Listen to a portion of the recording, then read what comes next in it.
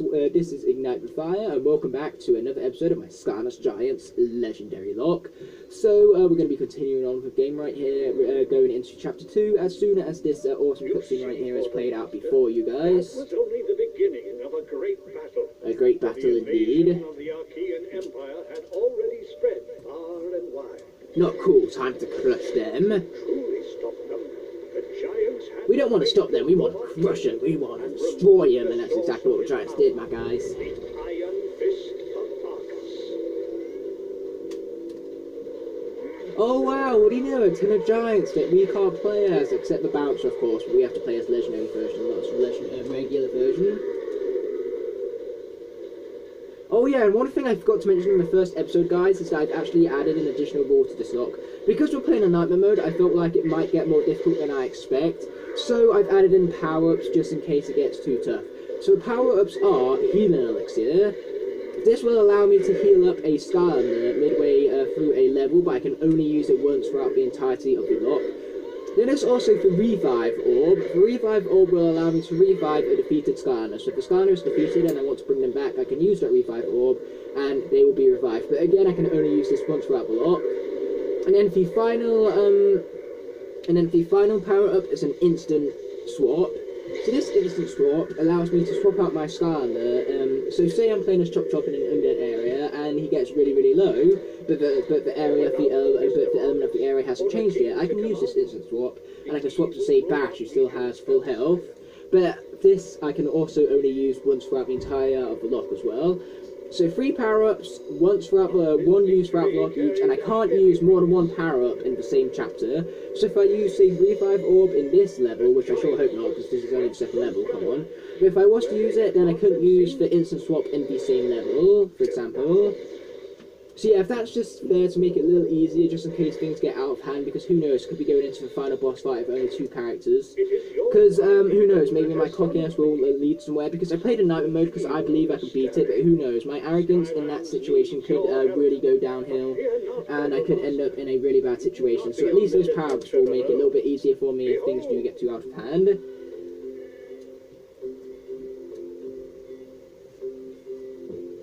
Because, you know, we're playing Nightmare mode, we deserve additional rewards for going for such a difficult setting.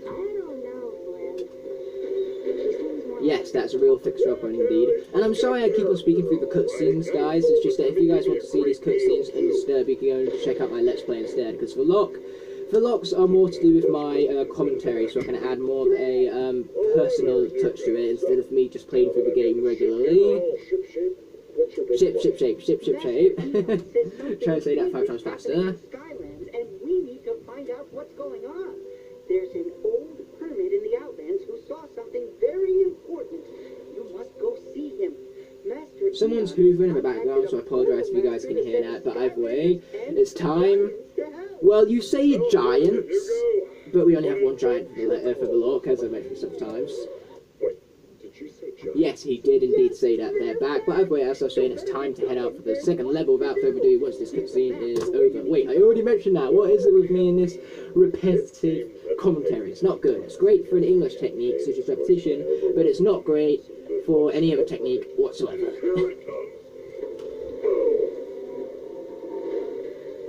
I love the Usain Bolt right there. One thing I want to know is when are we going to see Flynn do a dab instead of a Usain Bolt for a boom? Like seriously, how more awesome would it be to see Flynn do a dab instead of a Usain Bolt every time he said boom? That would be so much more cooler. Even though the dab is dead, and I know Gabe is a dab police, so I'm not going to dab you guys ever again because I do not want to be arrested by Gabe and his dab police force.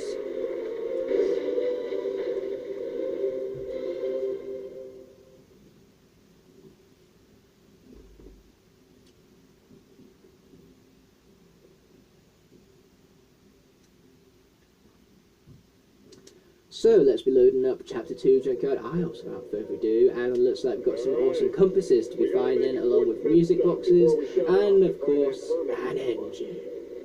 What do you expect to find around here? Oh, you can find a lot of things around here, Callie. Maybe even... I'm sure you can find a lot of things, including love, but not for you, Flynn, trust me on that. Welcome aboard the Dread Yacht. Thank you again for the warm welcomings. It seems like NPCs in this game are really great at giving Skylanders warm welcomes. Actually, speaking of NPCs, let me know in the comment section below what is your favourite NPC. That can be a question of the video, and I'll love to read your comments once the video has gone live, of course. So yes, I am indeed looking forward to reading your comments, and I'll reply to as many of you as I can. Going on some minor repairs, which I'll oversee. Okay, so first things first, we're going to go and speak to Persephone over here. Yes, we're going to pronounce her name like that throughout the entirety of the log, just because I want to annoy you guys and troll you, because I actually know how to pronounce her name properly. But why would you do that when it's 5 times more fun to pronounce it incorrectly? Especially when it brings back the good old nostalgia of when Let's Players first Let's Play this game and always pronounce her name incorrectly.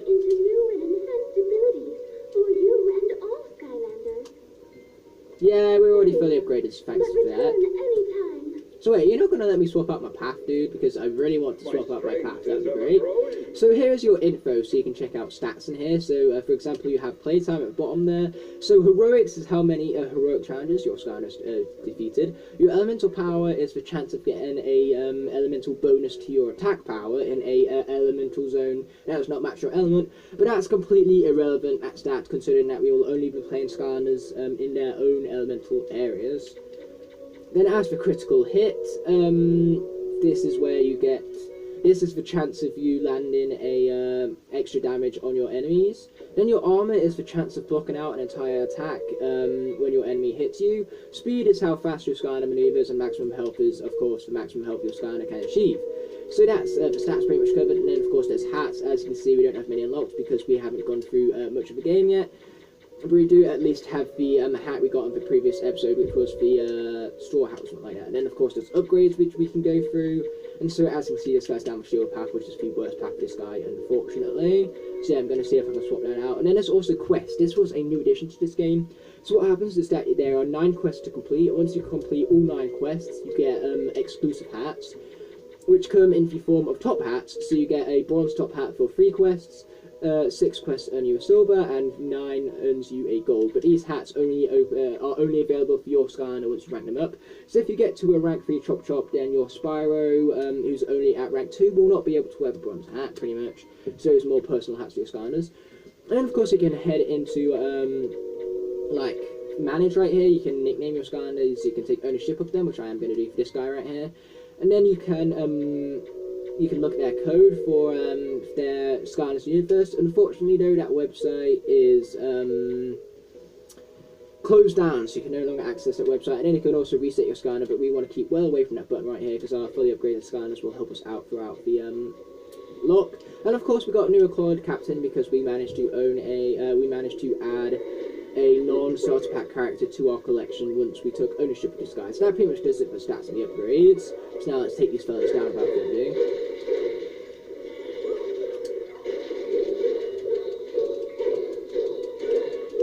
Nice, there's them taken down, so let's use this bomb to take out the wall. So one awesome thing you can do is you can just take the bomb and blow up Chompies from a distance, if you can actually aim correctly, that is, like so. But we're not going to do that with the rest of the pods because Chop Chop is overpowered, so we should be able to take him out quite easily. Well, he is when he's down his sword path, that is, but this path, like I said before, isn't so great, so I'm going to work on changing that for you guys. Okay, there's that guy taken down. So now all we've got to do is blow up that last wall right there, so we've got to go back to the bomb and take that wall down without further ado. What did that wall ever do to me? Nothing. I'm just going to blow it up anyway, because I'm a nice guy like that, and I blow stuff up.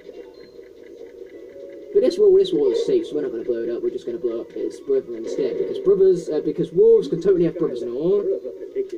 Just as our arms can, you know, arms can have brothers as well. Why do you think they call it brother in arms, right?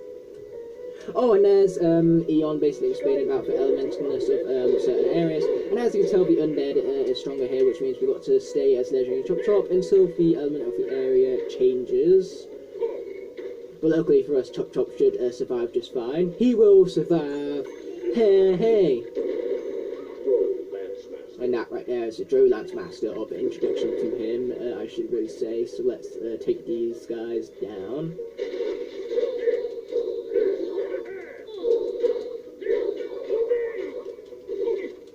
Ow, how dare you, Sir Hudsony.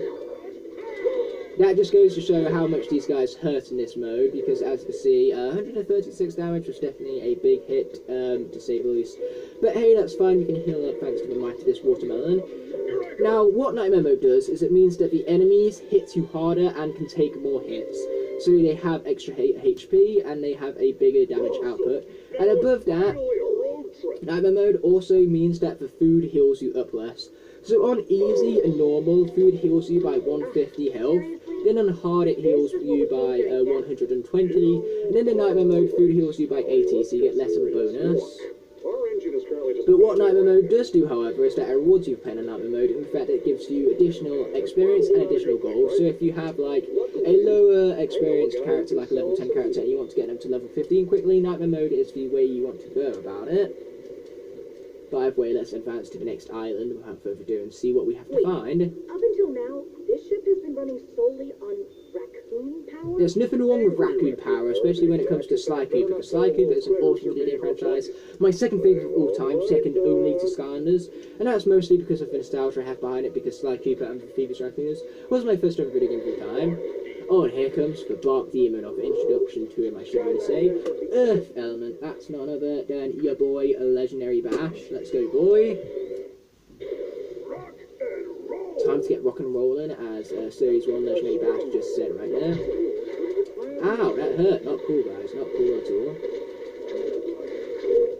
Okay, there's that fella taken down, thanks to the might of Bash right here. And I just realised this guy's down the rolling path, which is really good for a Series 2, because the Series 2 WoW POW is all about the rolling path. So of course that makes his rolling path really in-depth and really fun to use, his Series 2. But the thing is that because this isn't Series 2 and he doesn't have a Series 2 WoW POW, it means the rolling path is quite useless for this guy. So he's another one who I will have to try and swap out the path for at some point. Seriously, why would you do a cutscene midway through a battle? That's just bad, like, design right there. Okay, we're going to get behind him, because when we're behind him, he is vulnerable to our attacks, because, of course, we can attack him, and he can't attack us, so that was definitely the best way to go around things right now. And into the house we go. Forger's basement, to be more exact. So if we blow up this wall right here, I believe we can grab ourselves the legendary treasure. Yes, we can indeed. We're going to grab the gold first and foremost, because no gold left behind. And there you are, we have ourselves none other than the propeller pirate roof.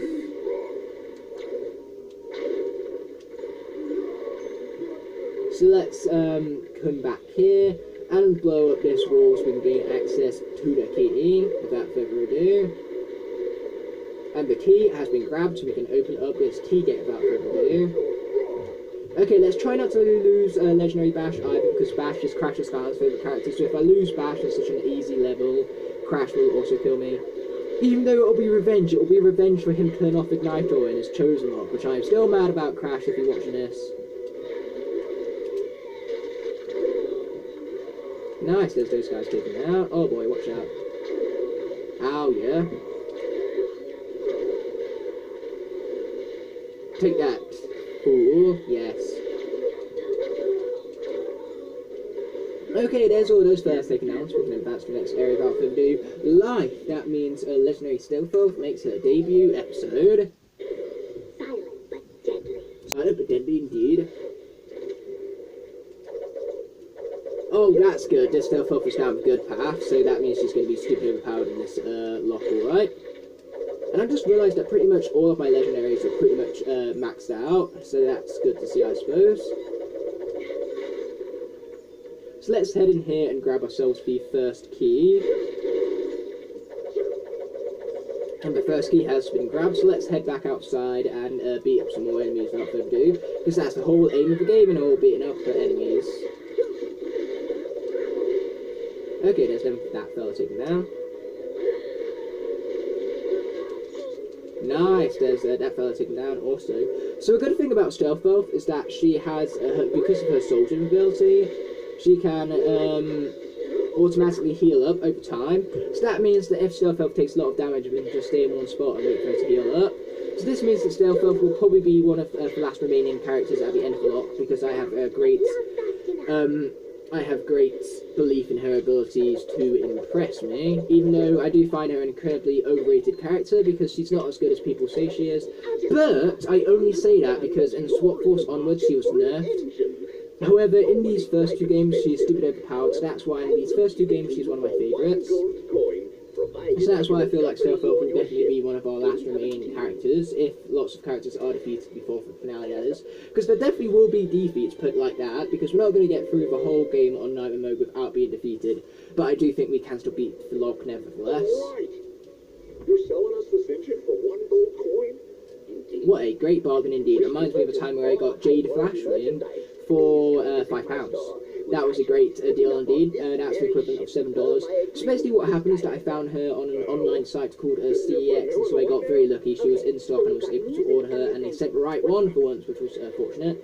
So I got very lucky with that price indeed, and man, that lag right there, not brilliant to say the least. Or should I say frame drops really, that was frame drop and not lagging, whose difference? Oh, and there's some bark demons right there, but I'm sure we can take them down just fine. We might want to replace it. Good news is the evil Dro have just the thing. The compass. One thing I want to know is that the compass's actual name, or is that just a nickname Flynn made for it because it's impossible for him to find? Okay, tech. So this is a situation where we could choose between either Trigger Happy or Bouncer, but because Bouncer's already made his debut, we're going to go with Trigger Happy instead. Literally no gold, no glory indeed. Okay, this guy's down the gun path, so that's good. Because the thing with this guy is that he's good down both of his paths. So like both his pot of gold path and his gun path is good. So this guy should be good to say the least. Oh man, that got very close to actually hitting us right now. Ow! Boom, take that, fool. Nice, we got him down. We got him at long last.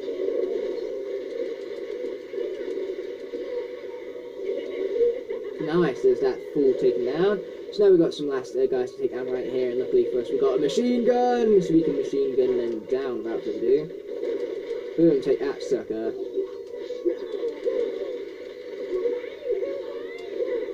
Ow, yeah.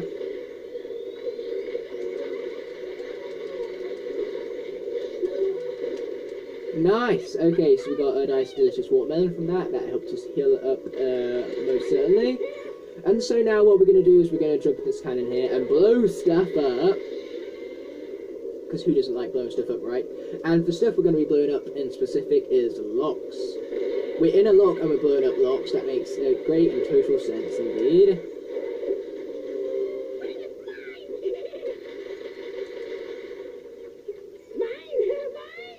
Yeah, Trigger Happy's got a bit of a crazy personality, right? But I have nothing against that, indeed, because it makes him an awesome character, to say the least. Oh, it is it? That's good to know. I can create those upgrades for you with less gold. Yeah, that's great, the fact that we get discounts on upgrades, but all of my characters right here are fully upgraded anyway, so it's not like they will be going to great use.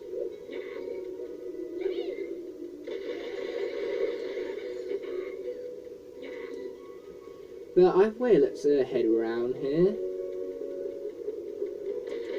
And then we're going to grab the Wing Sapphire anyway. And we're also going to grab the Luckotron wheels, because the Luckotron wheels are going to be useful, because of course we can activate them using the Luckotron, which will mean that we will, fortunately, have some bonuses that will help us out throughout the lock. So yeah, this is definitely going to be an interesting lock, to say the least. One that I am very excited for. So if you guys are like me and you're excited for this lock, definitely be sure to smash that like button. And I mean smash it, like demolish it. Like, you show that like button who's boss, it'll take you 30 seconds. And even if you have the time, even leave a comment, I will reply to as many of you as I can, and your support is highly appreciated. Even though I'm recording this like months before it comes out, but still appreciated nevertheless. And there is a lucky wheel of health, awesome.